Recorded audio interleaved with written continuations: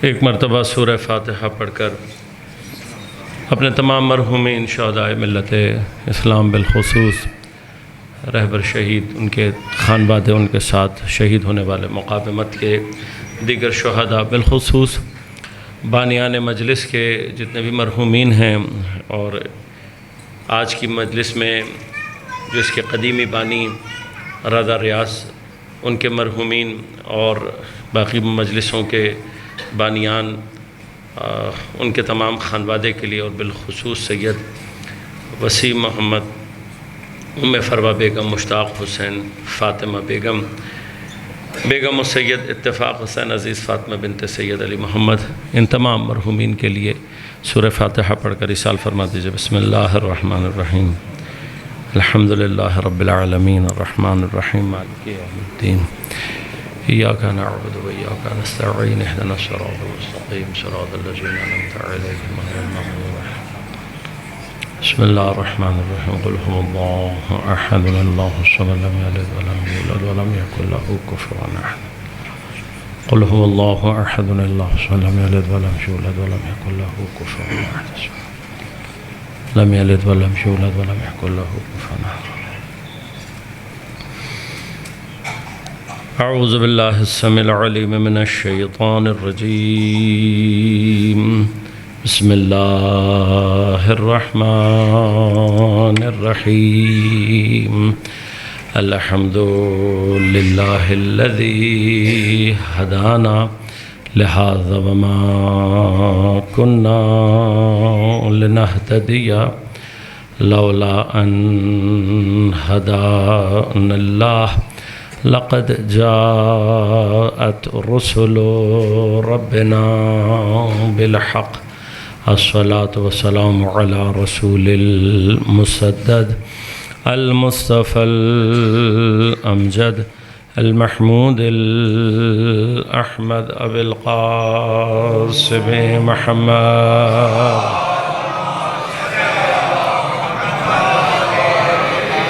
والصلاة والسلام على أسد الله الغالب، غالب على كل غالب، علي بن أبي طالب، والصلاة والسلام على سيدة المعصومة المظلومة الطاهرة البتول، بضعة الرسول فاطمة الزهراء سيدة نساء العالمين، والصلاة والسلام على الحسن المجتبى والحسين المظلوم وأهل بيته الطيبين الطاهرين المعصومين المظلومين المنتجبين المنتخبين، لا سيما بقية الله في الأرضين، روحي وأرواح العالمين لتراب مقدمه الفدا، ولعنة الله على أعدائهم أجمعين، أما بعد، قال الله تعالى في كتابه الكريم، بسم الله الرحمن الرحيم، قل إن كنتم تحبون الله فاتبعوني يحببكم الله ويغفر لكم ذنوبكم والله غفور رحيم۔ صلوات۔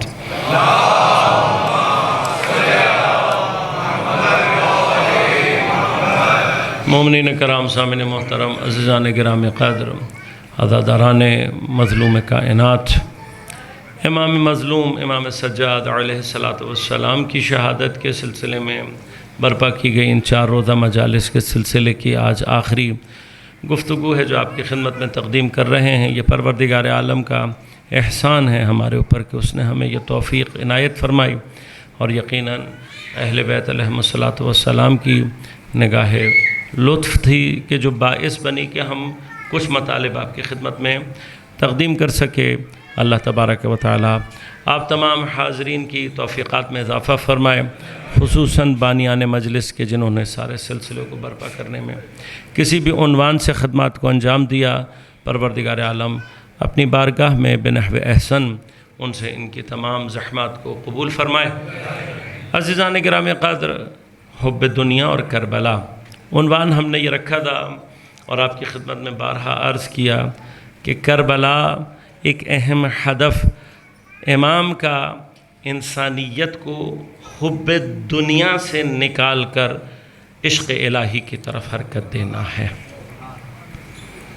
یہ محبت جو اللہ تبارک و تعالی نے انسان کو ودیت کی، میں نے ان 3 دنوں میں کوشش یہ کی کہ ایک ایسا مقدمہ آپ کی خدمت میں تقدیم کر سکوں کہ جس کی بنا پر آج میں کچھ اہم مطالب کوشش کروں گا کہ آپ کی خدمت میں تقدیم کر سکوں۔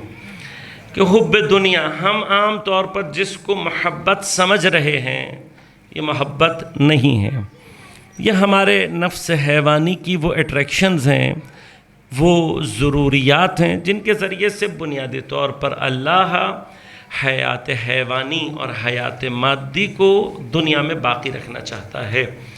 میں نے عرض کیا کبھی موضوع میں ہماری گنجائش اور تفصیل رہی تو میں تفصیل سے عرض کروں گا۔ یہ تمام چیزیں جتنی بھی ہیں ہم یہ سمجھتے ہیں کہ مثلاً حتیٰ ہماری اپنی اولاد کی نسبت محبت، ہماری اپنی اولاد کی نسبت دفاعی محبت کہ ہم اپنے بچوں کی حفاظت کرتے ہیں، یہ سب حیوانات میں پایا جاتا ہے۔ اپنے قبیلے کے لیے لڑنا یہ حیوانات میں پایا جاتا ہے، یہ سب پایا جاتا ہے حیوانات میں۔ لہذا غور کیجئے گا، اگر آپ حیوانات کی سطح پر جو بھی دیکھ رہے ہیں اور آبزرو کر رہے ہیں اور اپنے آپ کو اس سے اوپر نہیں لے جا پا رہے تو معذرت کے ساتھ ابھی ہم نے حیات انسانی میں قدم رکھا ہی نہیں ہے۔ لہذا اللہ تبارک و تعالی قرآن میں کئی مقامات پر ارشاد فرماتا ہے، انسان کے مادی ارتقاء کو اللہ تبارک و تعالی ارشاد فرماتا ہے کہ ہم نے انسان کو خلق کیا ایک قطرے سے، منی یمنا۔ اب یہ جو قطرہ ہے، میں بہرحال تفصیل میں نہیں جاؤں گا، میڈیکل کے اسٹوڈنٹس یقیناً مجھ سے زیادہ بہتر جانتے ہیں کہ یہ بھی اللہ تبارک و تعالیٰ نے ماں کے رحم میں جو ابتدائی ترین چیز نطفے کے عنوان سے قرار پاتی ہے، یہ سنگل سیلولر حیات ہے انسان کی، جہاں سے حیات کی پہلی اکائی شروع ہوتی ہے۔ پھر ایک سٹیج میں ملٹی سیلولر رہتا ہے، پھر کچھ سٹیج اس کے اوپر ماں کے پیٹ میں وہ ہوتے ہیں جس میں اس کے اندر صرف پلانٹس کی خصوصیت پائی جاتی ہیں، اور بالآخر وہ ماں کے شکم میں اپنی حیات حیوانی کے تمام مراحل کو مکمل کر لیتا ہے کہ جس کو قرآن کہتا ہے بشراً سویہ، ایک بیلنس بشر بنا دیتا ہے۔ یہ بشر انسان کی جو حیوانی بیس لائن ہے، یہ بشر وہ ہے۔ لہذا ہم دنیا میں سارے کے سارے بشر ہونے کے عنوان سے بشر بن کر دنیا میں آتے ہیں، لیکن اللہ فرماتا ہے کہ اس کو بشر بنانے کے بعد ثم انشأناہ خلقا آخر، اس کو یہاں تک پہنچانے کے بعد ہم انشاء کرتے ہیں۔ میں انشاء کے لیے عام طور پر، خاص طور پر نوجوان نسل کو، بزرگان تو ماشاءاللہ متوجہ ہیں، آج کل کے بچے کو اردو کے جو حال ہے ان کو اگر انشاء کا مطلب سمجھایا جائے تو شاید اکثر کو سمجھ میں نہ آئے، بزرگان متوجہ ہیں، لیکن بچوں کے لیے انشاء کا جو لفظ ہے، اس کا جو معنی ہے وہ انگریزی میں بڑا اس کے پروننسیشن نزدیک ہے۔ انشاء یعنی ٹو انیشیٹ، انشاء کا جو اصل معنی ہوتا ہے وہ ٹو انیشیٹ، یعنی کیا ثم انشأناہ خلقا آخر، ہم نے انسان کو ایک اور مخلوق بننے کی انیشیشن کی ہے۔ اب انیشیشن کا معنی کیا؟ بنایا نہیں ہے، اس کے اندر کیپیسٹی رکھی ہے، ایک اور مخلوق بننے کی کیپیبلٹی ہے۔ وہ مخلوق کیا ہے؟ وہ بشر سے انسان بننے کا سفر ہے۔ لہٰذا یہ ضروری نہیں ہے کہ کوئی انسان جو شکل انسانی لے کر آیا ہو دنیا سے انسانی شکل میں ہی دنیا سے جائے، یہ ضروری نہیں ہے۔ یہ بشر ہے، یہ جو ہماری صورت ہے اس کو بشر کہتے ہیں۔ ہم نے انسان بننا ہے۔ میرے پاس چونکہ اب دامن وقت میں گنجائش نہیں ہے اور کچھ مطالب میں نے تیزی کے ساتھ طے کرنے ہیں، اسی وجہ سے غور کیجئے گا، قیامت کے دن آپ نے یہ روایت سنی بھی ہوگی، بہت سارے افراد ایسے ہیں کہ جو قیامت کے دن حیوانات کی شکل میں محشور کیے جائیں گے۔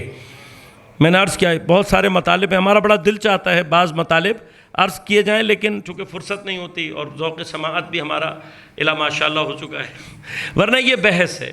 مثلا آپ نے بعض یقیناً سنا ہوا ہے کہ پروردگار عالم سریع الحساب ہے، یعنی سرعت کے ساتھ حساب کرنے میں، بہت تیزی کے ساتھ اللہ تبارک و تعالی حساب کرتا ہے۔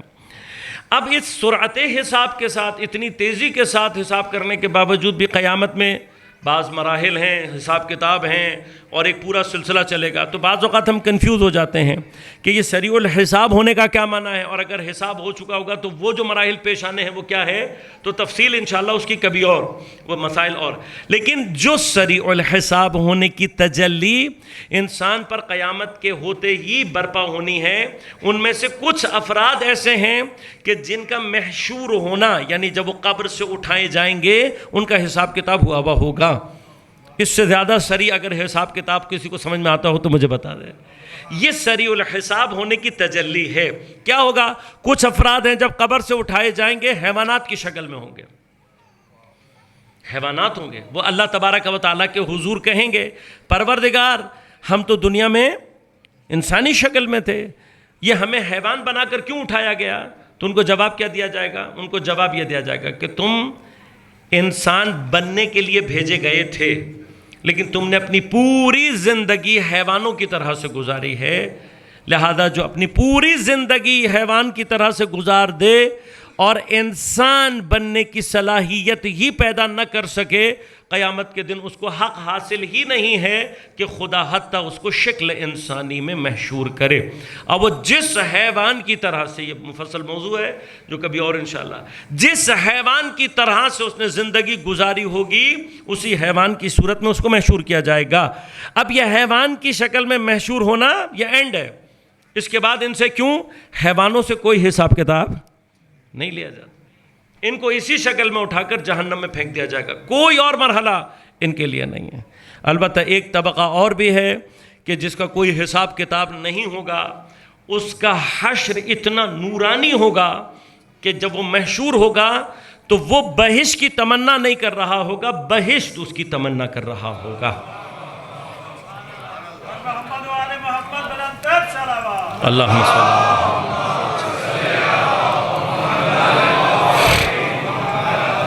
تو اب یہ جو حیوان، یہ کون ہے جو قیامت کے دن حیوان، یہ دنیا، چونکہ دنیا کو اللہ تعالیٰ نے قرار نہیں دیا ہے کہ وہ ہمارے باطن کو ظہور دے، آخرت باطن کو ظہور، ہم اندر سے جو ہیں قیامت کے دن ہم خود بخود سامنے آ جائیں گے۔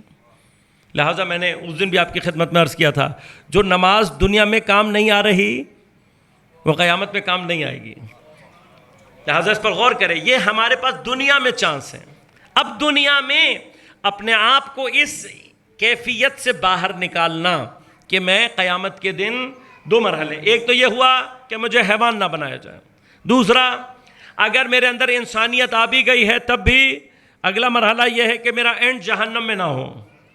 جہنم سے ہم نے آخرت میں نہیں نکلنا، جہنم میں جو چلا گیا اس کے نکلنے کا کوئی چانس نہیں ہے، ہم فیہا خالدون۔ یہ جو جہنم میں نہیں جانا، اس کا انتظام میں نے اور آپ نے دنیا میں کرنا ہے۔ تو اب اللہ تبارک و تعالیٰ نے ایک بارڈر لائن دنیا میں لگائی ہوئی ہے، اس بارڈر لائن سے جس نے اپنے آپ کو اس طرف پہنچا دیا وہ قیامت کے دن جہنم سے بچ جائے گا، لیکن جو مر گیا اور اس بارڈر لائن کے اس طرف نہیں جا سکا تو وہ کبھی بھی اپنے آپ کو جہنم سے باہر نہیں نکال سکے گا۔ اس بارڈر کا لائن، وہ جو بارڈر لائن ہے، اس بارڈر کو کہتے ہیں ولایت الہیہ۔ جو ولایت الہیہ کے دائرے میں داخل ہو گیا وہ بچ جائے گا، اور جو ولایت الہیہ میں نہیں ہے وہ کہاں ہے؟ فرمایا وہ ولایت طاغوت میں ہے، اور جو ولایت طاغوت میں مر گیا وہ کبھی بھی ہم فیہا خالدون، یہ جہنم میں پڑے رہیں گے، ان سے کبھی بھی باہر نہیں نکل سکتے۔ اولئک اصحاب النار ہم فیہا خالدون۔ بس اگر میں نے اور آپ نے جہنم سے باہر نکلنا ہے تو یہ سٹیپ مجھے اور آپ کو دنیا میں لینا ہے۔ اب اللہ تبارک و تعالیٰ نے ہمیں اور آپ کو جہنم سے نکالنے کے لیے جو کام ہمارے اور آپ کے لیے انجام دیا ہے، البتہ اس کی بحث بہت زیادہ ہے، گفتگو بہت طولانی ہو سکتی ہے، کہ اللہ تبارک و تعالیٰ نے انسانوں کو اس مرحلے سے نکالنے کے لیے کہ انسان ولایت الہیہ کے دائرے میں رہے، ولایت طاغوت کے دائرے میں نہ جائے، انسان کے اندر اپنی محبت کو ودیت کیا ہے۔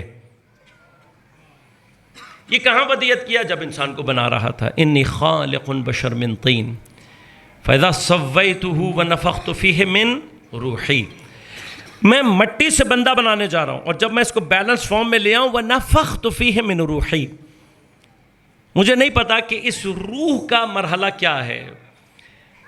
روایات جو ہمیں بتاتے ہیں، مجھے سائنٹیفک ابھی نالج نہیں معلوم، اس میں کوئی ڈاکٹر اگر مجھے ہیلپ کرے تو مجھے خوشی ہوگی، لیکن روایات یہ کہتی ہیں کہ انسان ماں کے پیٹ میں اس روح سے ایک خاص وقت میں آ کر متصف ہوتا ہے، یعنی اس سے پیچھے پیچھے انسان کے اندر جو بھی حیات کے آثار پائے جاتے ہیں وہ فقط آثار مادی ہیں، آثار حیات مادی ہیں، لیکن ایک سٹیپ آتی ہے، ایک خاص وقت آتا ہے جب وہ فزیکلی کمپلیٹ ہو چکا ہوتا ہے، تو پھر فرمایا اس وقت میں نفخت فیہ من روحی، انسان کے اندر اللہ اس روح میں سے پھونکتا ہے جسے اس نے اپنے آپ سے نسبت دی ہے۔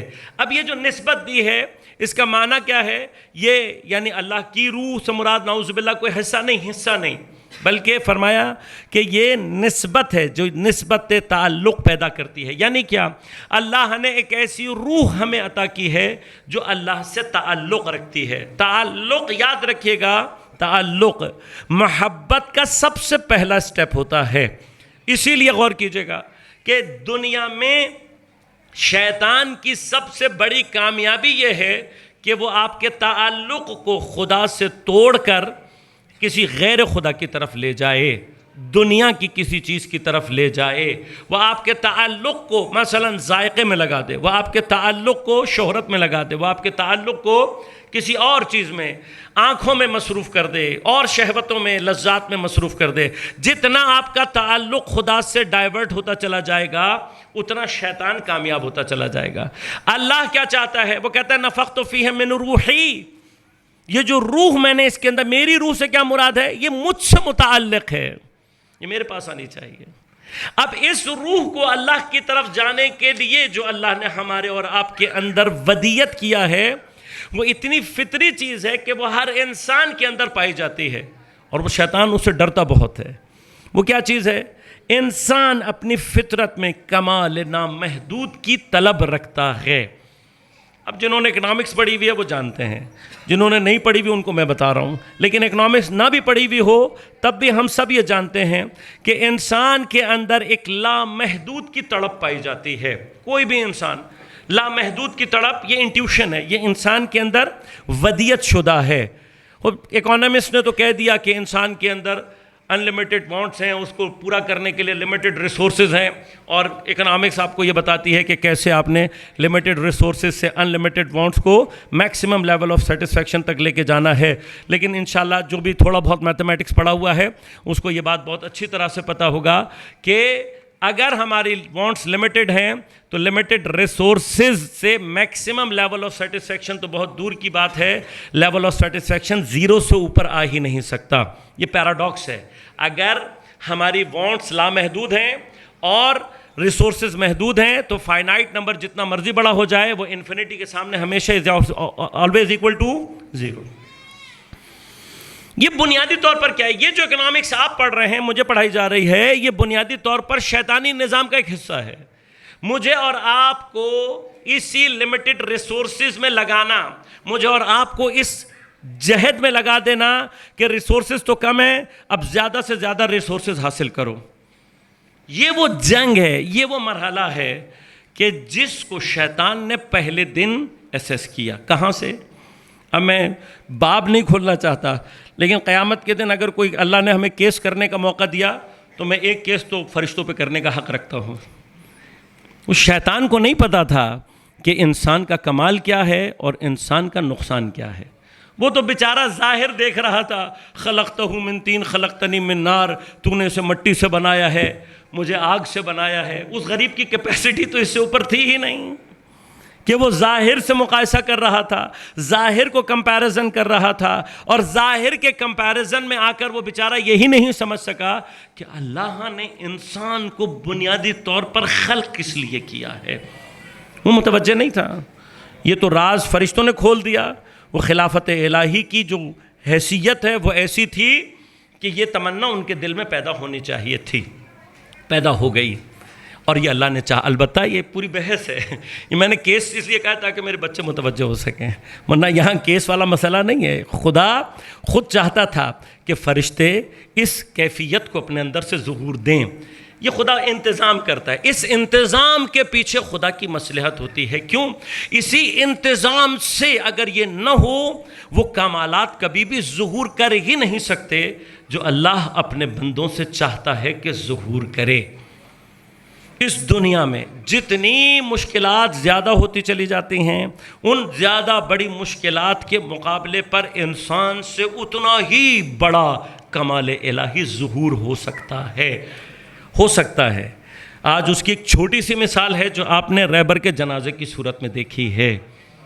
یہ کمال الہی کا ظہور ہے جو اس کے ایک بندے سے ہو رہا ہے۔ میں انشاءاللہ آپ کو اس منزل تک لے جانے کی کوشش کر رہا ہوں، اگر خدا میرا ساتھ دے، مجھے ہمت دے اور توفیق عنایت کرے۔ پروردگار کیا چاہتا ہے؟ کیوں دیے اس نے انسان کو اپنی روح؟ اس سے متعلق کیوں، اپنے آپ سے کیوں متعلق کیا؟ کیا خدا کو ہم سے کچھ چاہیے؟ نہیں، اس لیے کہ وہ کمال مطلق ہے، اس لیے کہ وہ رحیم مطلق ہے، اس لیے کہ اس نے کائنات خلق کی بنیاد اپنی محبت پر رکھی ہے، اور محبت کا تقاضا یہ ہے کہ جو کچھ میں نے بنایا ہے وہ مجھ تک پلٹ کر آئے۔ اور جب کمال یہ تقاضا کرتا ہے تو اسے خود غرضی نہیں کہتے، اسے عطا کہتے ہیں۔ دیکھیں خود غرضی کب ہوتی ہے؟ خود غرضی اس وقت ہوتی ہے جب میں بھی نیچے ہوں اور کسی کو اوپر نہ جانے دوں، یہ خود غرضی ہے۔ لیکن اگر میں بلندی پر ہوں اور یہ چاہوں کہ کوئی اور بھی بلندی پر آئے تو اسے خود غرضی، یہ عین کمال ہے، یہ عین عطا ہے، یہ عین محبت ہے۔ پروردگار عالم کمال مطلق، ایبسولوٹ پرفیکشن ہے، اور وہ چاہتا کیا ہے؟ جس کو میں نے بنایا ہے یہ بھی ایبسولوٹ پرفیکشن کی طرف کم از کم موو کرے۔ آ نہیں سکتا لیکن کم از کم موو کرے۔ کیوں؟ ایبسولوٹ پرفیکشن کی طرف حرکت آپ کو آٹومیٹیکلی پرفیکٹ بنا رہی ہوتی ہے۔ اب یہ مرحلہ ہے، ایک محبت کا اس کی مرحلہ کیا تھا کہ وہ کمال تھا، اور اس نے اپنی کمال محبت سے پوری کائنات کو خلق کیا ہے۔ کنت کنزا مخفیہ، میں چھپا ہوا خزانہ تھا۔ احباب تو مجھے محبت پیدا ہوئی کہ میں پہچانا جاؤں۔ یہ پہچانا جاؤں، کس سے پہچانا جاؤں؟ کس کے لیے؟ کہ ایسی مخلوق پیدا کروں کہ جو اپنے اندر سے میرے کمالات کو ظہور دے، میرے وہ کمالات کہ جو میری مخلوق کے بغیر ظہور نہیں کر سکتے۔ اس کمالات کے ظہور کے لیے اللہ نے پوری کائنات بنائی، اور جب پوری کائنات بنائی تو دیکھا کہ اس عالم میں کچھ مقامات، کچھ عوالم ایسے بھی ہیں کہ جو صاحب کمال تو ہیں لیکن یہ خود سے میری طرف حرکت نہیں کر سکتے۔ تو جب پروردگار بناتا ہے اور خلق ہوتا ہے، مخلوق وجود میں آتی ہے، تو فرماتا ہے یہ جملہ ہے انا للہ، اور جب یہ مخلوق خدا کی طرف حرکت کرتی ہے تو کہا جاتا ہے وَإِلَيْهِ رَاجِعُونَ۔ یہ سرکل ہے جو ہم نے اور آپ نے مکمل کرنا ہے۔ اب اس سرکل میں پرابلم کیا ہے؟ وہ تمام عوالم کہ جو حرکت نہیں، وہ تمام جتنے بھی چیزیں ہیں کہ جن کے اندر کیپیسٹی نہیں ہے، شعور اور ادراک نہیں ہے، اختیار اور ارادہ نہیں ہے، اور وہ خدا کی طرف حرکت نہیں کر سکتے، تو پروردگار عالم نے اپنی محبت کے تقاضے کے تحت پاس ترین مٹی سے بشر بنایا۔ انی خالق بشر من طین، یہ جب تک مٹی میں ہے، یہ مٹی کی کیفیت، یہ بدن اس کا بشریت ہے۔ وَإِذَا سَوَّيْتُهُ وَنَفَخْتُ فِيهِ مِنْ رُوحِي، لیکن جب میں اس کے اندر وہ روح ڈال لوں جو مجھے طلب کرنے والی ہو، تو پھر اگر یہ اپنی روح کی طرف متوجہ ہو گیا تو یہ بشریت سے انسانیت کی طرف حرکت کر جاتا ہے۔ اب اگر یہ انسان بن کر اپنی روح اور اپنی اس تعلق کو میری طرف متوجہ کر دے تو کیا ہوتا ہے، یہ ہر مرحلے پہ ترقی کرے گا، اور جب یہ ہر مرحلے پر ترقی کرے گا تو یہ صرف خود ترقی نہیں کرے گا، بلکہ جس خاک سے میں نے اس کو بنایا ہے یہ اس خاک کو بھی ترقی دے گا، یہ اس خاک کو بھی میری طرف لے کر آئے گا۔ وہ تمام ادنا عوامل، جتنے بھی چیزیں ہیں، جتنے بھی عالم ہیں کہ جو حرکت نہیں کر سکتے، اس کے ساتھ ساتھ میری طرف حرکت کریں گے۔ لہٰذا اللہ نے وہ محبت انسان کے اندر ودیت کی کس عنوان سے کہ وہ فطرتاً لامحدود کو طلب کرتا ہے۔ بس اب غور کیجئے گا، فرشتے دیکھ رہے تھے کہ اللہ نے انسان کو مادی بدن میں اپنی محبت کی انرجی اس کے اندر چھپا دی ہے۔ یہ جو کیفیت ہے، میں عام طور پر اس کی مثال دیتا ہوں، یہ ایٹامک انرجی کی مانند ہے۔ ایٹامک انرجی، اگر یہ انرجی اس کی ڈائریکشن صحیح ہو تو کیا کرتی ہے؟ ہزاروں فائدے ہیں، ڈیولپمنٹس ہیں، آپ کو کہاں سے کہاں لے جا سکتی ہے، لیکن اگر بے قابو ہو جائے تو کیا کرتی ہے؟ تباہی۔ سیکنڈوں میں اتنی بڑی تباہی کرے گا جس کو آپ نے سوچا بھی نہیں ہے۔ ہم اللہ کا وہ ایٹم بم ہیں جس کے ذریعے سے اللہ نے اس کائنات مادی کو وہ انرجی دینی ہے جس انرجی کے ذریعے سے یہ کائنات حرکت کرے گی خدا کی طرف۔ امامت کا اصل ہدف ایک ایسا اجتماع، ایک ایسا سماج، ایک ایسی سوسائٹی، ایک ایسی امت کریٹ کرنی ہے کہ اگر وہ واقعاً امت اسلامیہ بن جائے اور حکومت اسلامی قائم ہو جائے، اس حکومت اسلامی کے قیام کے نتیجے میں جو امت واحدہ ظہور کرے گی، وہ آپس میں مل کر جو حرکت کرے گی وہ ایک ایسی عالمی حرکت ہوگی جو اس پوری کائنات کو عالم ملکوت کی طرف حرکت دے گی۔ میں ابھی ایک مجلس میں بات کر رہا تھا، اس کو ریپیٹ کروں گا یہاں پہ۔ ایک آدمی کی حرکت کو آپ نے سمجھنا ہے تو آپ سمجھیے گا، جب اللہ اس انسان کو اپنی محبت دیتا ہے تو انسان اگر اللہ کی محبت کو پہچان لے، اب غور کیجئے گا، شیطان کا کام کیا ہے؟ وہ صرف اور صرف یہ کوشش کرتا ہے کہ یہ جو لامحدود کی محبت ہے اس کو میں کسی طرح سے خدا سے ہٹا دوں، غیر خدا کی طرف لے جاؤں، دنیاوی مادی چیزوں کی طرف لے آؤں۔ جیسے ہی یہ مادی چیزوں کی طرف آتی ہے تو کیا ہوتا ہے؟ مادہ کبھی بھی اس خواہش کو فلفل نہیں کر سکے گا۔ نتیجہ کیا نکلتا ہے؟ اس میں زیادہ خواہی کی لالچ، طمع، یہ تمام کی تمام چیزیں اس کے اندر پیدا ہو جاتی ہیں۔ جب یہ اور سے اور کی تلاش میں جاتا ہے لیکن اس کی اس لامحدود طلب کو اطمینان نہیں ملتا تو یہ کیا کرتا ہے؟ یہ اپنی حد سے تجاوز کرنا شروع کرتا ہے۔ یہ جو تجاوز کرتا ہے یہ تجاوز کہلاتا ہے طغیان۔ طغیان کر کے وہ کیا کرتا ہے؟ وہ انفیئر مینز استعمال کرنا شروع کر دیتا ہے، وہ جھوٹ بولنا شروع کرتا ہے، وہ رشوت کھانا شروع کرتا ہے۔ لیکن جب اس سے بھی اس کا دل نہیں بھرتا تو کیا ہوتا ہے؟ اس کا طغیان اور زیادہ بڑھتا ہے۔ وہ کیا کرتا ہے؟ دوسروں کے ریسورسز کو بھی اپنے لیے استعمال کرنا چاہتا ہے۔ جب اور زیادہ طغیان بڑھتا ہے تو وہ کیا چاہتا ہے؟ وہ چاہتا ہے کہ سارے انسان میرے غلام بن جائیں اور سارے کے سارے ریسورسز میرے ہاتھ میں آ جائیں۔ جب یہ طغیان اپنی سپرلیٹو فارم میں پہنچتا ہے تو طاغوت بن جاتا ہے۔ طاغوت کیا ہے؟ طاغوت یہ ہے، ہر وہ انسان، ہر وہ ادارہ، ہر وہ خاندان، ہر وہ حکومت جو کیا چاہتی ہو؟ الٹیمیٹ پاور، جو اپنے آپ کو سپر پاور بنانا چاہتی ہو، جو کیا چاہتی ہو کہ ساری دنیا میری بات مانے۔ اب یہ ایک آدمی سے لے کر شروع کریں وہاں تک جہاں پر یہ سپر پاور کا تصور ہے، میرا آرڈر چلے، میری بات مانی جائے، میں بتاؤں کہ صحیح کیا ہے اور غلط، یہ طاغوت۔ یہ طاغوت کیا کرتا ہے؟ یہ بنیادی طور پر مینیپولیشن اور ایکسپلائٹیشنز کے ذریعے سے سارے انسانوں کو اپنا غلام بنانا چاہتا ہے۔ اور اس کا پہلا نعرہ قرآن نے فرعون کے نام سے جس طاغوت کو متعارف کرایا اس کا نعرہ کیا تھا؟ کہ نحن مصلحون، ہم دنیا میں اصلاح کرنے والے ہیں۔ اور حضرت موسیٰ کو کیا کہا؟ کہ یہ دنیا میں فساد مچانے آیا ہے۔ بس آپ نے پہچان کر لیا کہ یہ جو طاغوت ہوتا ہے اس کا نعرہ کیا ہوتا ہے؟ ہم اصلاح کرنے آئے ہیں۔ لہٰذا وہ طاغوت کیا کرتا ہے؟ مینیپولیشن کے ذریعے سے حتیٰ مذہبی طبقے کو بھی اپنے ساتھ شامل کرتا ہے، اور جو اصلاح امت کے لیے گھر سے نکلتا ہے اس کے قتل کے فتوے صادر کروا دیتا ہے۔ تو قاضی شرح وجود میں آتے ہیں. یہ افراد کہاں سے آئے؟ یہ پورا طاغوت کا نظام ہے. یہ آج بھی آپ کو نظر آئے گا. ہم آج کل آپ بھی اس کو سب پوری history is repeating it self. آپ جو بھی اسٹڈی کرنا چاہتے ہیں تاریخ میں، آج صحیح سے اسٹڈی کرنا شروع کر دیں، تاریخ کی ساری گتھیاں آپ کے لیے کھلنا شروع ہو جائیں گی، خود بخود کھلیں گی. کیسے امام حسین، وہ جو ایک نعرہ چل رہا ہے کہ جو مسلمانوں نے ساتھ نہیں دیا، یا کچھ مطلب برائے نام کچھ افراد ایسے تھے جن کو صحابی رسول کہا جا سکتا، انہوں نے ساتھ نہیں دیا. تو آج دیکھو اسلام کے سارے بڑے دعوے دار غزہ کے معاملہ میں کہاں تھے؟ امریکہ اسرائیل کے مقابلے میں دنیا میں اسلام کے سب سے بڑے دعوے دار کہاں ہیں؟ بس جو آج کر رہے تھے وہی امام حسین کے دور میں کر رہے تھے. جواب بہت واضح ہے، جواب بہت واضح ہے.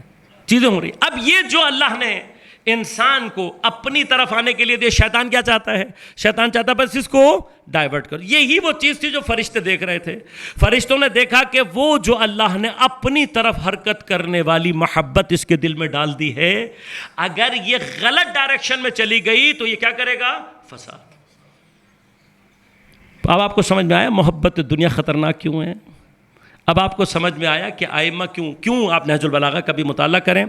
حضرت امیر سب سے زیادہ محبت دنیا سے مذمت کرنے والے، اس کے سب سے زیادہ خلاف جو جملے ہیں وہ حضرت امیر کے. کیوں؟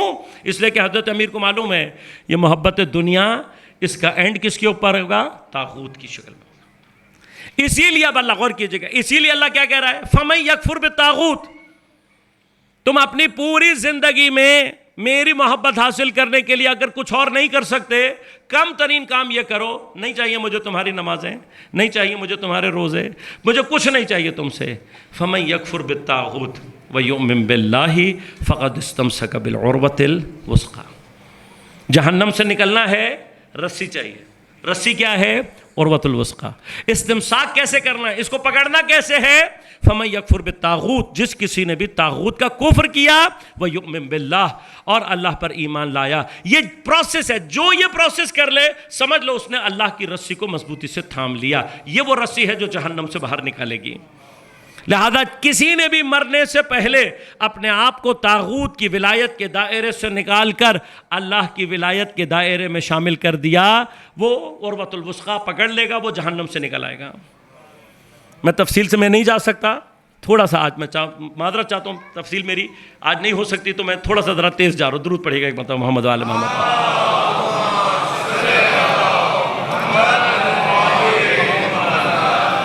اب یہ کہ اللہ کیا چاہتا ہے؟ شیطان چاہتا ہے بس یہ اللہ کی محبت.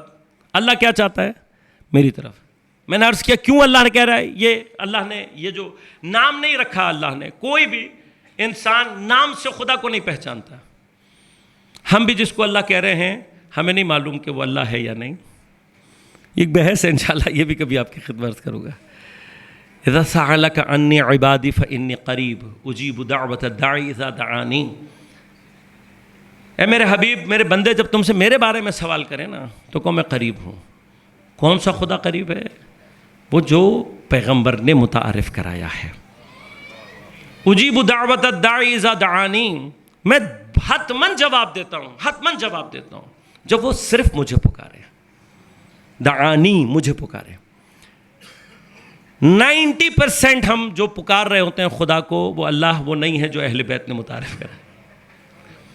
یہ تو ہمارے اور آپ کے سوشل سٹرکچر نے ہمیں اور آپ کو ایک خدا بتا دیا ہے کہ جس کو ہم نے مدد کے لیے پکارنا ہوتا ہے. ہندو بھی کسی کو پکار رہے ہوتے ہیں، عیسائی بھی کسی کو، یہ سب. اور ہمارا بھی 90% جو اللہ کو پکارنا ہوتا ہے that is not much different from کسی کا جو کہ اپنے بت کو پکار رہا ہوتا ہے. لیکن خدا کرتا کیا ہے؟ خدا مشکلات میں ڈال دیتا ہے بندے کو. کس قدر خدا اپنے بندے سے محبت کرتا ہے، اس قدر کرتا ہے کہ وہ اس محبت کو ہر کسی کے لیے زندگی میں ایک مرتبہ بلکہ کئی مرتبہ ایکٹیویٹ ضرور کرتا ہے. وہ کرتا کیا ہے؟ وہ سارے اسباب منقطع کر دیتا ہے. اب اس معاملے میں مسلمان ہندو کوئی نہیں، سب ہیں، سب سے برابر بھی محبت کرتا ہے. سارے اسباب کو منقطع کر. جب سارے اسباب منقطع ہونے کے بعد کسی ہستی کا تصور ذہن میں رہ جاتا ہے کہ یہ مجھے بچا سکتا ہے، وہی ہستی خدا ہوتی ہے.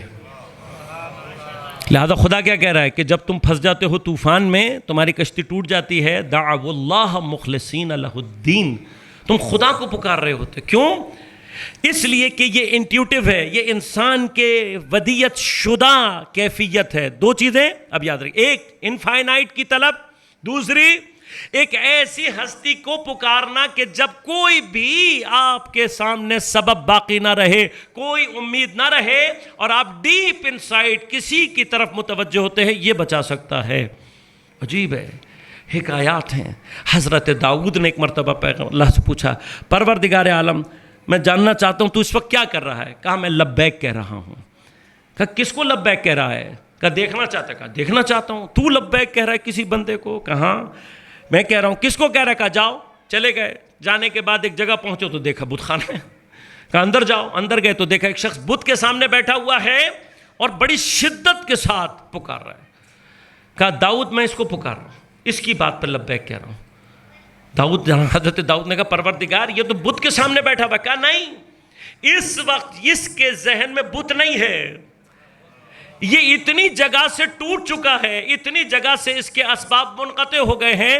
اس وقت یہ جس کو پکار رہا ہے وہ میں ہوں، گرچہ یہ پہچانتا نہیں ہے مجھے، لیکن اگر کوئی واقعاً مجھے پکار لے، اجیب دعوت الداعی اذا دعانی، میں اس کی بات کا جواب دیتا ہوں. لہذا اللہم صلی، یہ جو ٹوٹے ہوئے دل سے صدا آتی ہے، یہ جب آپ کے سارے امکانات منقطع ہونے کے باوجود بھی آپ کے اندر ایک ہوپ رہ جاتی ہے، یہ ہوپ خدا ہے.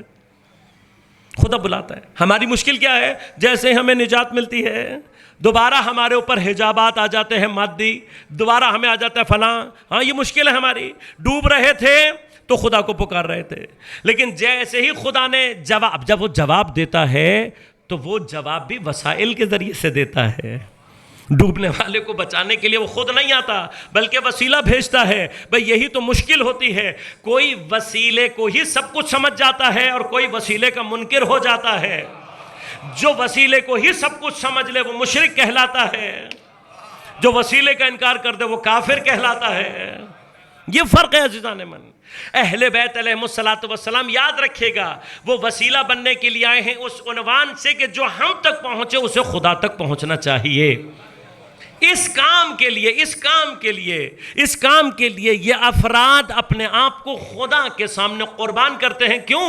اپنے آپ کو قربان کر کے اس پروردگار کو ثابت کر رہے ہوتے ہیں جس نے انہیں اس مقام تک پہنچایا ہوتا ہے.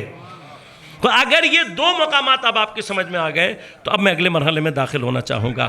پروردگار نے ودیت کیا ہے، لہٰذا غور کیجئے گا، جب انسان مشکلات میں آتا ہے تو کس کو پکارتا ہے؟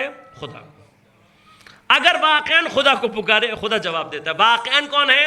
واقعاً وہ ہے کہ جب کوئی کسی کو نہ پکارے، یعنی صرف اللہ کو، چاہے پہچانتا نہ ہو. اسی طرح سے چاہے نہ پہچانتا ہو، لیکن یہ جو لامحدود کی طلب ہے یہ خدا نے اپنے لیے رکھی ہے. اب انسان، شیطان کیا چاہتا ہے؟ شیطان صرف یہ چاہتا ہے کہ یا اس کے اوپر حجاب رہے یا یہ اپنی اس خواہش کو مادے میں لگا لے. اب جب مادے میں لگا لے گا تو نتیجہ کیا ہوگا؟ وہ خون خرابہ جو آپ اور میں دیکھ رہے ہیں اس وقت بھی جو دنیا کا، یہ ایپسٹین فائل کیا ہے، یہ ویسٹ کا مکروہ چہرہ کیا ہے، یہ غزہ فلسطین میں کیا ہوا ہے، یہی اسی یہی ہے وہ یفسد فیہا ویسفک الدماء جو کہ فرشتے کہہ رہے تھے. لیکن اس کے باوجود بھی اللہ نے کیا کہا؟ کہ نہیں میں اسی کو خلیفہ بناؤں گا. کیوں؟ اس لیے کہ شاید تھوڑے سے ہوں لیکن جو اپنی اس خواہش کو میری طرف متوجہ کر دے گا. اب غور کیجئے گا، یہ اللہ نے رکھی ہے کیوں؟ لامحدود کی خواہش، اس لیے کہ اسے پتا ہے کہ کائنات کا واحد لامحدود میں اکیلا ہوں، خدا کے علاوہ کوئی ذات لامحدود نہیں ہے. اور اس نے لامحدود کی محبت رکھی ہے تو اس کا معنی کیا ہوا؟ میں نے اور آپ نے بس اتنا کرنا ہے، اس لامحدود کی محبت کو اس لامحدود تک لے کر جانا ہے. پس جس کے بھی دل کا مطلوب وہ لامحدود ہو جائے اس کے لیے قرآن کہتا ہے الا بذکر اللہ تطمئن القلوب، آگاہ ہو جاؤ، صرف اللہ کے یاد اور اللہ کے ذکر سے دلوں کو اطمینان ملتا ہے. اب جیسے ہی یہ اطمینان قلب کو حاصل ہوتا ہے وہ قلب اطمینان کی اس منزل پر پہنچ جاتا ہے کہ جہاں خدا اس کو آواز دے کر کہہ رہا ہوتا ہے یا ایتھا النفس المطمئنہ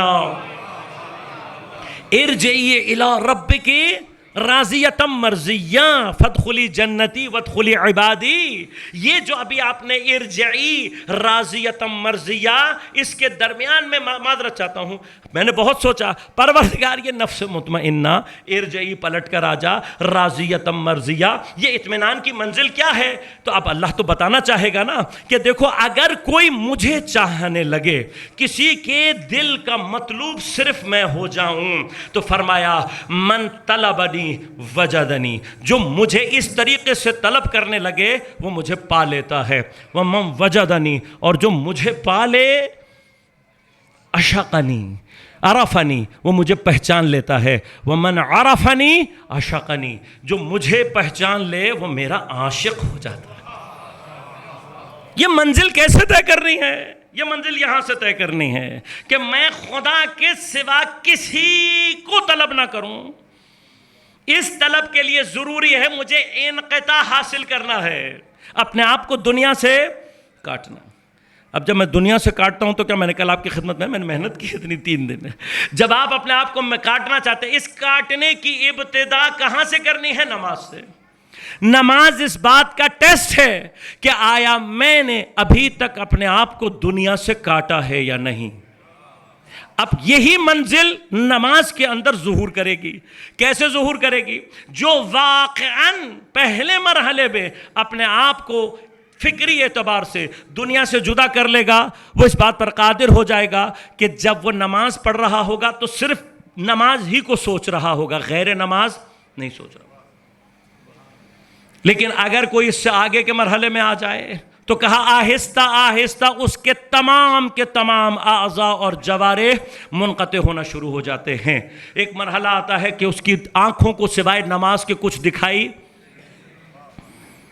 لوگوں نے مجنون سے بہرحال اس کو منسوب کیا ہوا ہے، لیکن میری اپنی جو اطلاع کہتی ہے یہ مجنون کا واقعہ نہیں ہے بلکہ امام کا واقعہ ہے کہ امام کسی جگہ راستے سے گزر رہے تھے اور کوئی شخص نماز پڑھ رہا تھا اور آپ کسی اذکار میں متوجہ تھے تو آپ اس شخص کے سامنے سے گزر گئے. راہ میں کھڑا ہوا تھا بنیادی طور پر. البتہ میں یہاں پر یہ فقہی مسئلہ بھی بتاتا چلوں کہ اگر کوئی نماز پڑھ رہا ہو تو اس کے سامنے سے گزرنا جائز نہیں ہے، لیکن کہاں؟ اگر وہ راہ میں نہ ہو.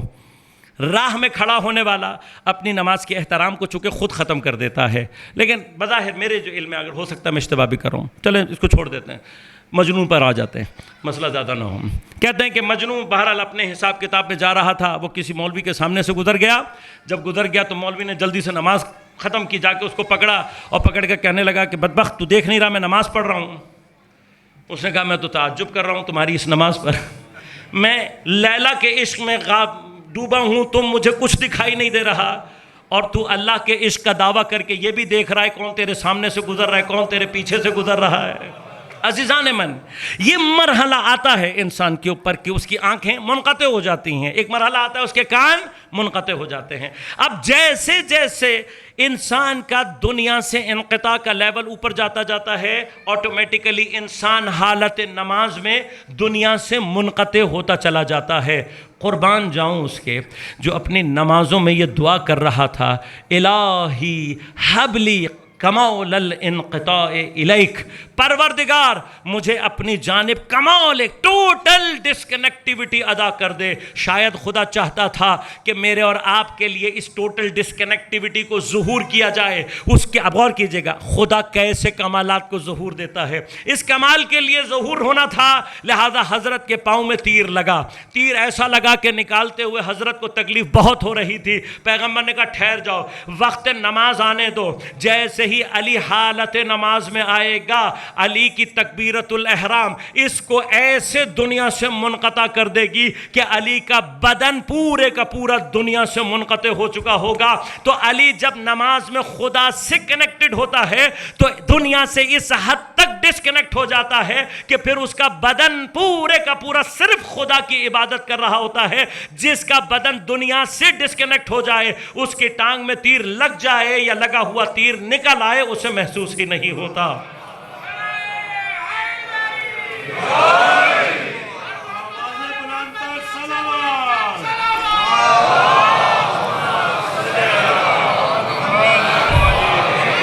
تو یہ کنیکٹیوٹی مجھے اور آپ کو کہاں سمجھ میں؟ جب یہ کنیکٹیوٹی ہوتی ہے عزیزان من، یہ مجھے اور آپ کو سمجھنا ہے، جب کسی کی اللہ سے کنیکٹیوٹی ایسی ہو، تب یاد رکھیے گا یہ اللہ کا نظام ہے کہ اگر کوئی مشکلات میں اپنے آپ کو خدا کی طرف متوجہ کر دے تو پھر کیوں؟ اس لیے کہ عام طور پر انسان کے اوپر جو چیز سب سے زیادہ بھاری ہوتی ہے وہ مشکلات ہوتی ہیں۔ انسان خوشی کے وقت میں بہت ساری کام کر لیتا ہے، لیکن مشکلات اس کو سب سے زیادہ ڈسٹرب کرتی ہیں۔ اگر کوئی مشکلات میں اپنے آپ کو صرف خدا کی طرف جوڑا ہوا ہو تو پھر خدا اس کو ایسی کنیکٹیوٹی ادا کرتا ہے کہ کوئی خاتون کربلا کی مصیبتیں لے کر ملعون کے دربار میں کھڑی ہوئی ہے اور ملعون پوچھ رہا ہے کہ تو نے خدا کو کیسا پایا؟ وہ پلٹ کر جواب کیا دے رہی ہے؟ ما رأیت منہ الا جمیلا، مجھے تو سوائے جمال کے کچھ دکھائی ہی نہیں دیا ہے۔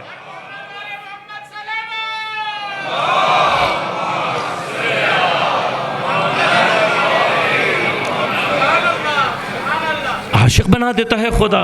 من طلبنی، کوئی واقعاً مجھے طلب کر رہا ہو، واقعاً طلب کرے، وجدنی، حتماً پائے گا۔ اور جو مجھے پالے عرفنی، وہ مجھے پہچان لیتا ہے۔ ہماری مشکل کیا ہے؟ واقعاً کبھی دل میں سوچئے گا ہم نے ابھی خدا کو چاہا ہی نہیں ہے۔ تو خدا کو چاہنے لے، خدا کو گارنٹی دے رہا ہے تم مجھے طلب کرنے والے بنو تو صحیح، وجدنی، مجھے پالو گے، اور جو مجھے پا لیا تو مجھے پہچان، اور جو مجھے پہچان لے عشقنی، وہ میرا عاشق ہو جاتا ہے۔ ومن عشقنی، جو واقعاً میرا عاشق ہو جائے، عشقتہ، میں اس کا عاشق ہو جاتا ہوں۔ مشکل اب یہاں سے شروع ہوتی ہے۔ ومن عشقتہ، جس کا میں عاشق ہو جاؤں، قتلتہ، میں اسے قتل کر دیتا ہوں۔ جس کا میں عاشق ہو جاؤں اسے کیا کر دیتا ہوں؟ قتل کر دیتا ہوں۔ ابھی ہم اور آپ سوچ کر فوراً کنفیوز ہو جاتے ہیں، کیوں؟ ہمیں تو اللہ سے صرف فیسلٹیز چاہیے، اللہ چاہیے ہمیں کمفرٹ زون کے لیے۔ خدا کہہ رہا ہے میں کمفرٹ زون میں پایا ہی نہیں جاتا۔ خدا کمفرٹ زون میں نہیں ہے، خدا نہیں ہے کمفرٹ زون میں۔ جس دن تم خدا کے لیے تکلیف برداشت کرنے کے لیے تیار ہو جاؤ۔ معذرت، یہ عشق مجازی، مجھے حیرت ہوتی ہے کبھی کبھار، واقعاً اللہ نے یہ عشق مجازی بھی میرے اور آپ کے اندر رکھا ہے اور مجھے اور آپ کو دکھا رہا ہے۔ تم حیوانی عشق میں مبتلا ہو جاتے ہو، تم معشوق کو منانے کے لیے پوری رات ایک ٹانگ پر کھڑے ہو، بارش میں بھیگ رہے ہو۔ ہاں، یہ عشق حیوانی، یہ تمہارے اندر پیدا ہو جائے تو تم خون کے لیٹر لکھ رہے ہو۔ یہ عشق حیوانی تمہارے اندر پیدا ہو جائے، تمہاری راتیں اڑ جاتی ہیں۔ اس کا مطلب کیا ہوا؟ تم میرے عاشق بنے ہی نہیں ہو۔ ہمیں تو خدا سے مطلب تھوڑی ہے، ہمیں تو وہ فیسلٹیز چاہیے جو اس نے دینی ہے۔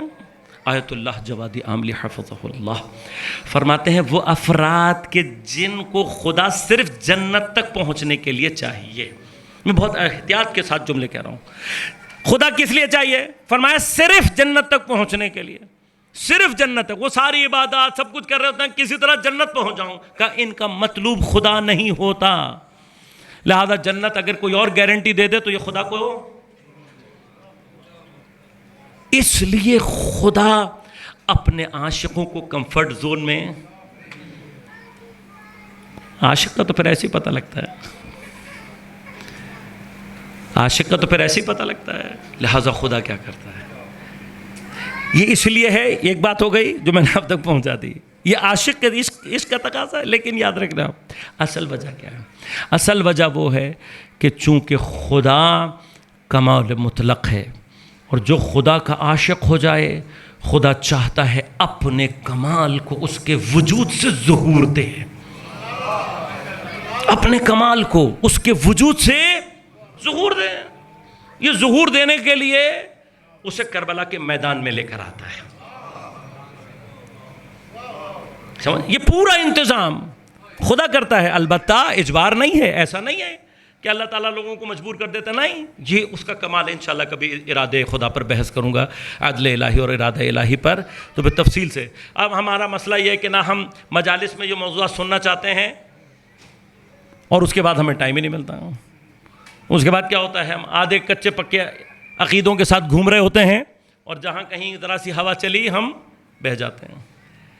عزیزان من, عدل الہی, ارادہ الہی, کبھی بحث رہی تو تفصیل سے عرض کروں گا. مجبور نہیں کرتا خدا کسی کو, اسباب فراہم کرتا ہے, اور جب اسباب فراہم کرتا ہے تو وہ شقی القلب افراد ان کو مسلط کرتا ہے. کیوں مسلط کرتا ہے؟ اس لیے مسلط کرتا ہے تاکہ ان کے شقاوت ظہور کرے اور میرے بندے کا کمال ظہور کرے. تو کوئی شمر جیسا خبیث ہوگا تو حسین جیسا کمال ظہور کرے گا. کوئی یزید جیسا پلید ہوگا تو حسین کا کمال ظہور کرے گا. کوئی ابن زیاد جیسا ملعون ہوگا تو سیدہ زینب اور حضرت امام سجاد کے کمالات ظہور کریں گے.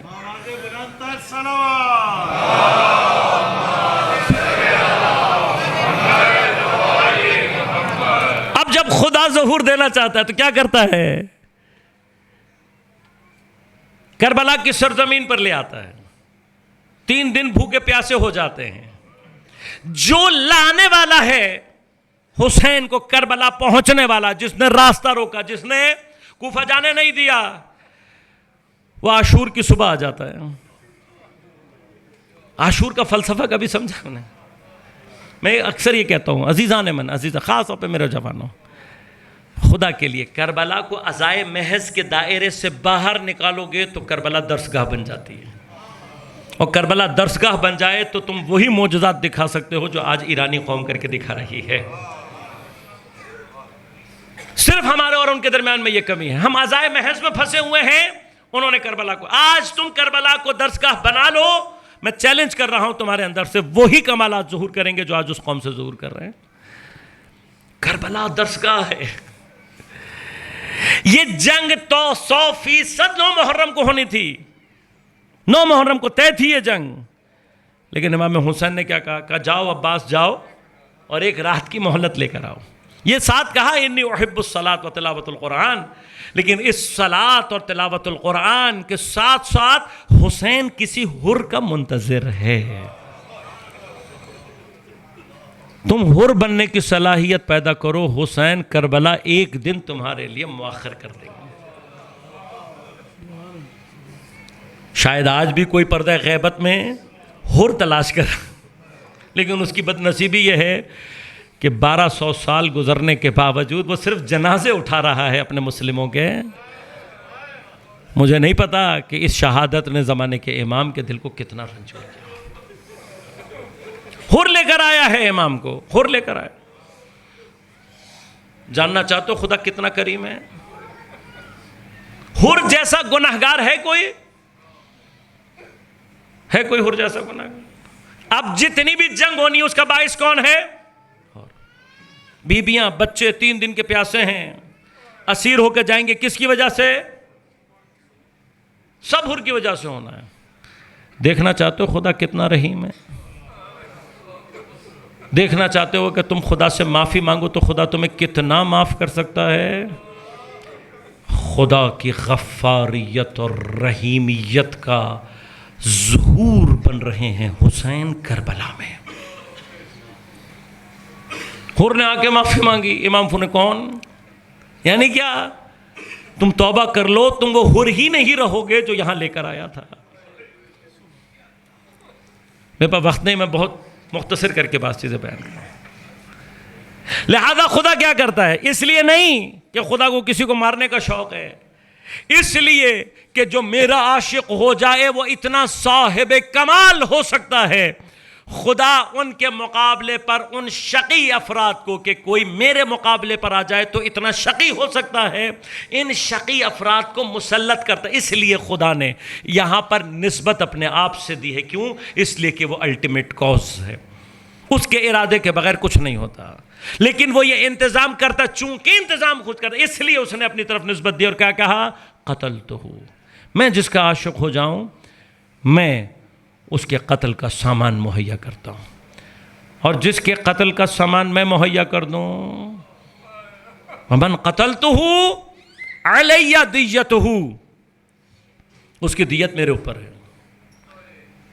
ومن دیتہ وانا دیتہ, فرمایا اور جس کی دیت میرے اوپر آ جائے تو پھر میں کیا کرتا ہوں، میں اپنا آپ اس کے حوالے کر دیتا ہوں۔ اور جب اللہ اپنا آپ اس کے حوالے کر دے تو کیا ہوتا ہے کہ کوئی حسین کے پاس آ جائے ممکن ہی نہیں کہ وہ خدا تک نہ پہنچ پائے۔ عشق کی داستان ہے یہ جو امام حسین نے عشق الہی میں قربانی دی ہے، اس عشق کی قربانی کو عزا کی شکل میں تا قیامت زندہ رکھنے والے امام سجاد علیہ السلام۔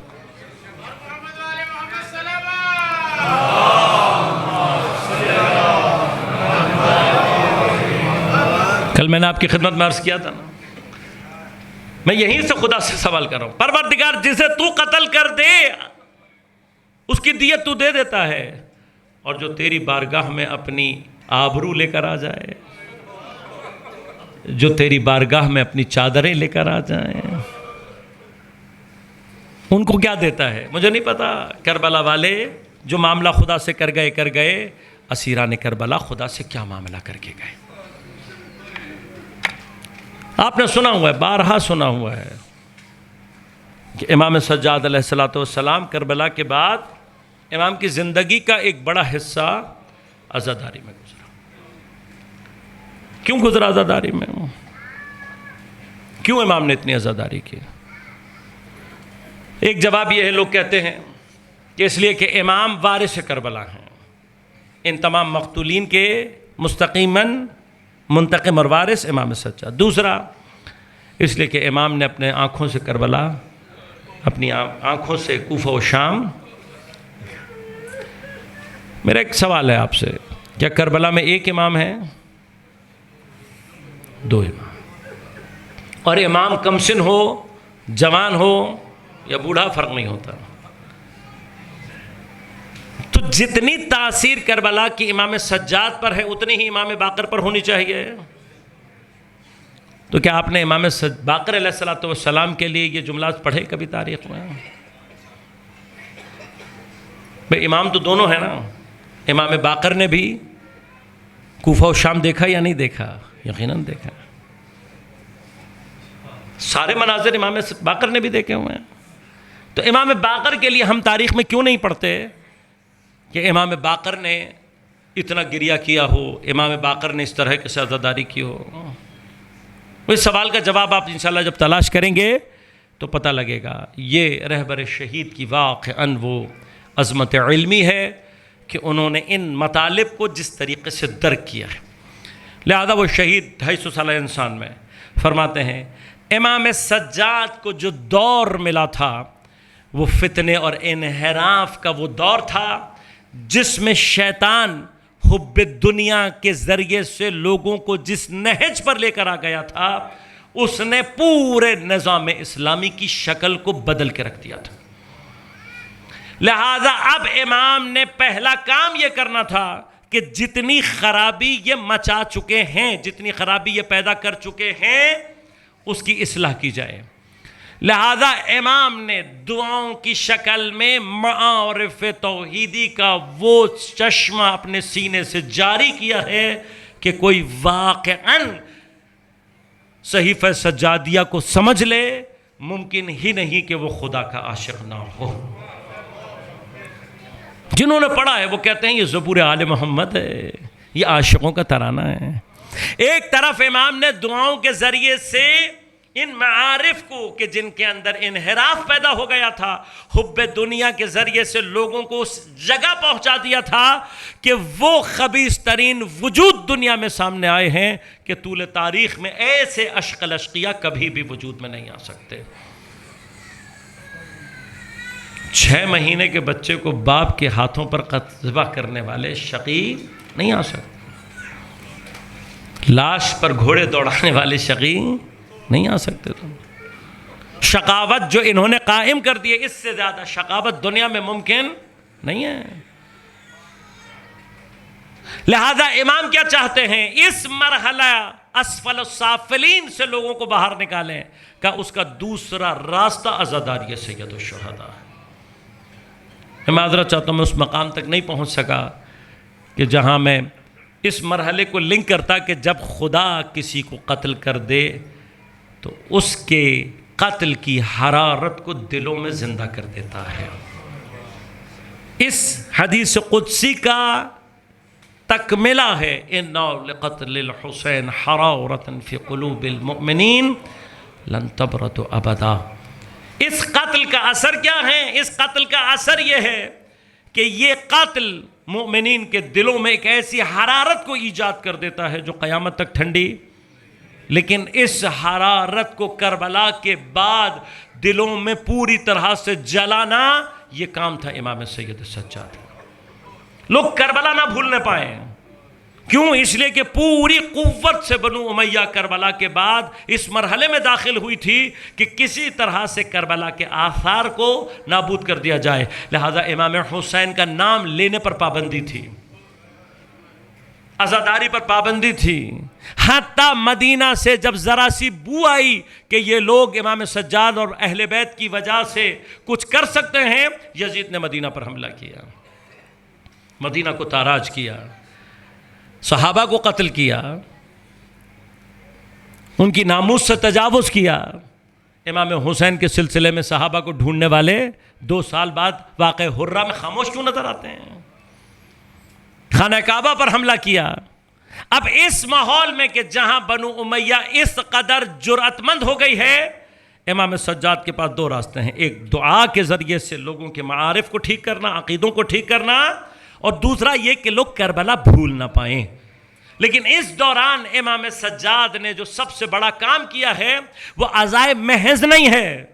یہ اشتباہ ہے کسی کا بھی جو یہ کہتا ہے کہ امام نے صرف آنسو بہائے ہیں، نہیں، امام نے آنسو نہیں بہائے ہیں، لہٰذا امام نے ان 2 کاموں کے درمیان میں وہ کام انجام دیے ہیں کہ کچھ عرصے کے اندر پہلے قیام توابین وجود میں آیا، اس کے بعد قیام امیر مختار وجود میں آیا، اس کے بعد خود امام کے اپنے بیٹے جناب زید شہید کا قیام وجود میں آیا۔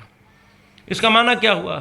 اس کا معنی یہ ہوا کہ امام سجاد نے عزائے محض نہیں کی ہے، بلکہ کربلا کو اس کے پیغام کے ساتھ جاری رکھا ہے کہ کربلا طاغوت کے مقابلے پر قیام کا نام ہے، اور کچھ ہی دنوں میں اس مردہ معاشرے کے اندر امام نے امام حسین کی شہادت کی حرارت سے وہ حیات ایجاد کی ہے کہ جس نے پہلے قیام توابین، پھر قیام مختار، اور پھر قیام زید شہید، اور پھر امام کی محنتوں کا نتیجہ ہے کہ امام باقر جس دور میں آئے ہیں تو امام کے لیے وہ تمام مراحل ہو چکے تھے حاصل کہ جہاں امام نے باقاعدہ شیعوں کو جمع کر کے اجتماعی حرکت شروع کی تھی۔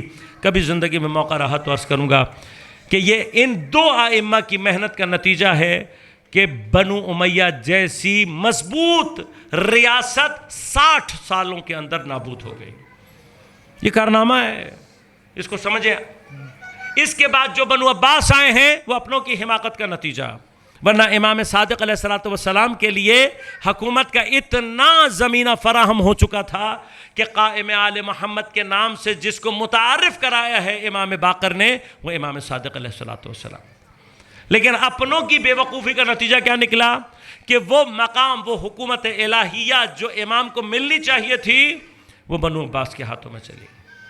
بنو عباس نے کتنے سال حکومت کی ہے؟ 500 سال۔ کیوں؟ اس لیے کہ کربلا اور کربلا کے بعد کی جو مقاومت امام سجاد نے تیار کی تھی وہ تیار نہیں ہو سکی۔ کبھی انشاءاللہ تفصیل رہی تو پھر آپ کی خدمت میں عرض کروں گا۔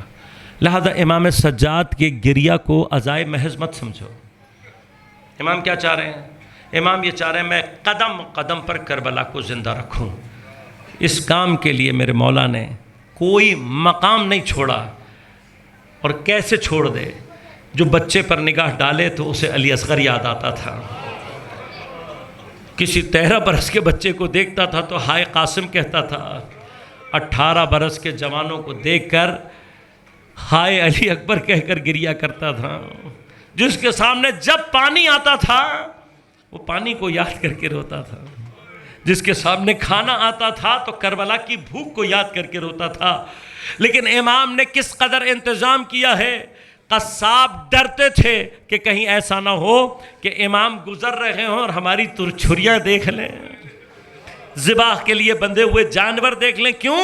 اگر جانور بندھا ہوا ہوتا امام روک کر پوچھتے بھائی اس کو پانی پلا دیا؟ ہم مولا پانی پلائے بغیر ذبح نہیں کرتے. پھر روک کر کہتے ہائے میرا بابا 3 دن کا پیاسا ذبح کر دیا گیا.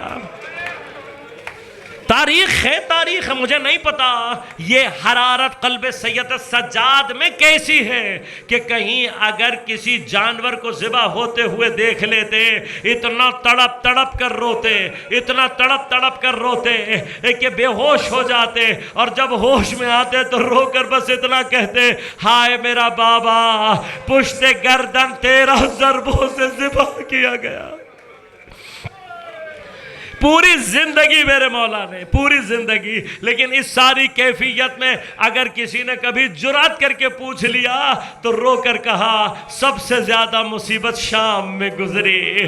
بس جب بھی میرے مولا نے شام کو یاد کیا بڑا شدید گریہ کیا. کیوں؟ شام میں مصیبت کے جو مراحل میرے مولا نے دیکھے ارے وہ مراحل کہیں نہیں تھے. جو بازار میں گزری وہ داستان الگ ہے، جو دربار میں گزری وہ داستان الگ ہے. ارے یہ وہ دربار تھا جس میں میرے مولا کے سامنے ان کے بابا کے سر اقدس کے ساتھ بے حرمتی ہو رہی تھی، ظالم ہونٹوں پر چھڑی مار رہا تھا.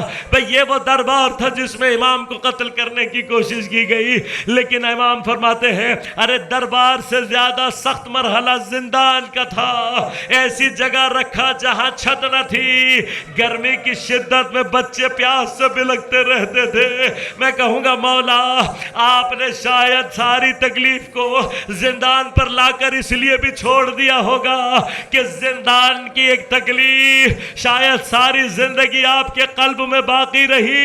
ارے یقیناً آپ اپنے بابا کا جنازہ چھوڑ کر آئے تھے، یقیناً آپ اپنے بابا کو کفن نہ دے سکے تھے، لیکن وہ جو زندان میں 4 سالہ بہن جسے نہ غسل دے سکے، نہ کفن دے سکے، نہ جس کے جنازے سے رسیوں کو کھول سکے، ہاں امام نے ایسے ہی دفنایا بہن کو.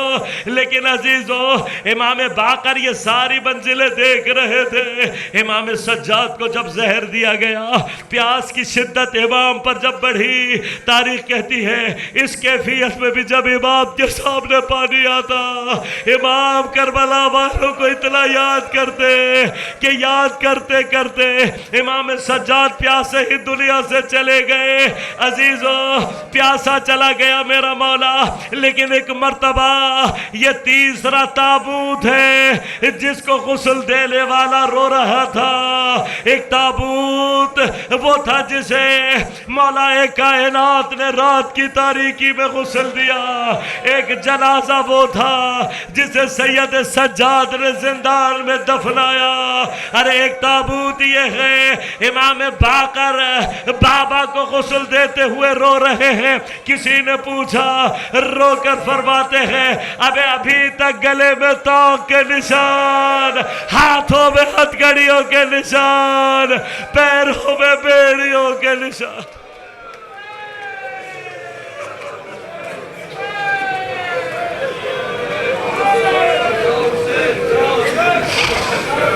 اللہ ولعنت اللہ علیہ